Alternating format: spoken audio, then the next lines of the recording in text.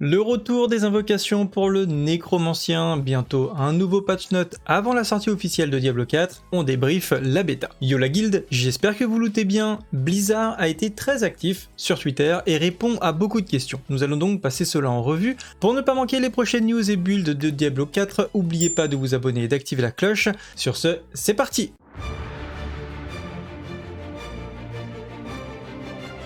Et on commence avec le buff du nécromancien. Donc dans une récente mise à jour, Blizzard a annoncé que le nécromancien devrait recevoir un buff. Plus précisément, le développeur a fait allusion à une mise à jour qui augmentera la survie des familiers du nécromancien. Cependant, il a été clarifié que cette amélioration ne concerne que la santé des familiers et non leur puissance d'attaque. Rod Ferguson a précisé qu'ils avaient bien pris en compte les retours des joueurs concernant le nerf du nécromancien et que l'équilibrage des classes était toujours en cours, donc pas d'inquiétude. Concernant les problèmes courants et les retours des joueurs justement, Blizzard a également répondu à diverses préoccupations, notamment les problèmes liés à l'absence de butin lors de la mort des gobelins. Alors moi personnellement j'ai eu ce problème là puisque dans une cave j'ai eu le proc de 3 gobelins en même temps et ils m'ont absolument rien looté. C'est honteux! Et j'étais un petit peu dégoûté. Il y a eu également des problèmes avec la téléportation pendant le combat d'Ashava, des problèmes de caméra, je pense. Moi j'ai pas eu le problème parce que j'ai testé qu'une seule fois sur ma match, j'ai pas eu de soucis. Mais a priori, quand vous faites un TP, la caméra qui s'écarte ne se déclenchait pas correctement. Et on avait aussi la capacité donc de décomposer du nécromancien qui ne pouvait pas détruire les objets destructibles du décor, ce qui était un petit peu embêtant. Concernant le boss mondial Ashava, ça a été une source de défi pour pas mal de joueurs. Certains joueurs ont suggéré d'ailleurs qu'il devrait y avoir un niveau minimum pour pouvoir participer au combat, puisque parfois vous aviez des joueurs assez bas niveau dans votre groupe, ce qui fait que c'était complètement impossible de la tomber. Donc c'est vrai que ça pourrait être intéressant de autoriser uniquement les joueurs d'un certain niveau, donc par exemple sur la bêta ça aurait pu être le niveau 20, mais peut-être à terme ça pourrait être minimum level 25, histoire d'avoir le DPS minimum requis pour pouvoir tomber le boss, parce que certains étaient très loin de pouvoir le tomber. Mais bon, je pense qu'avec un tout petit peu de temps, les boss mondiaux resteront quand même assez faciles et abordables. Encore une fois, la progression que vous allez faire pendant la bêta, vous ne la conservez pas, tout le monde est bien réinitialisé, et tout ce que vous avez fait sur la bêta sera supprimé. Je le reprécise ici parce que c'est une question qui revient quand même de manière assez récurrente, que ce soit en commentaire,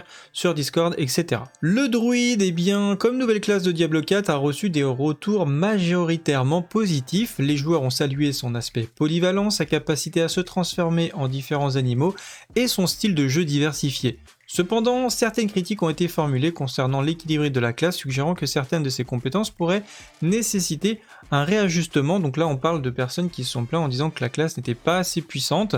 Pour ma part, je l'ai trouvé vraiment puissant et fun à jouer, à tel point que j'ai décidé d'en faire ma classe principale pour Diablo 4. D'ailleurs, j'ai réalisé une vidéo qui vous montre un peu la puissance du build que j'ai créé lors de la bêta.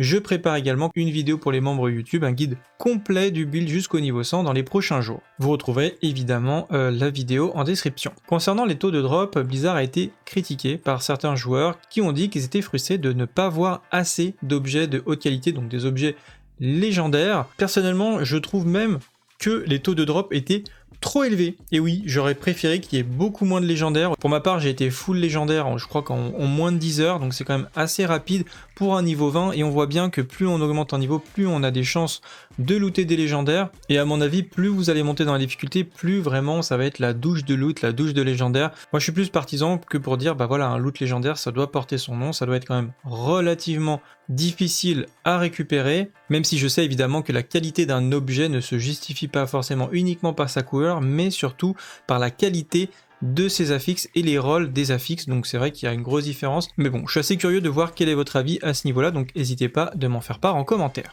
Également, la difficulté du boss mondial Ashava a été plusieurs fois remis en question. Moi personnellement, je ne l'ai pas trouvé particulièrement difficile. On a tué la première fois en World Tier 2 sans trop de problèmes. À part Yuri, vous aviez les mêmes loots en World Tier 1, donc autant le faire en World Tier 1, ça changeait uniquement les golds qui sont droppés, mais également les points d'expérience qui sont gagnés. Donc si vous voulez pas prendre de risques, c'était mieux de le faire en difficulté 1. Si vous voulez quelques conseils pour affronter Ashava plus facilement, donc déjà utiliser de la résistance poison sur votre équipement ou des élixirs. Restez toujours dans le dos du boss au niveau de ses jambes, ça vous permettra d'éviter la plupart des mécaniques, et lorsque Ashava croise ses avant-bras devant elle, elle va donner un gros coup dans son dos. C'est la seule attaque vraiment dangereuse quand vous êtes positionné dans son dos, donc pour éviter de mourir à ce moment-là, vous vous éloignez ou vous utilisez un sort d'immunité. Et enfin, essayez de maintenir un maximum de debuffs sur le boss, comme par exemple de la vulnérabilité ou de la réduction de dégâts, etc. Pour conclure, j'ai adoré ce petit week-end de bêta avec mon clan, il y a eu énormément de participation et d'excitation sur le Discord. J'ai encore changé la classe que j'avais prévue pour la sortie du jeu parce que beaucoup m'attirent et franchement je suis toujours très mitigé.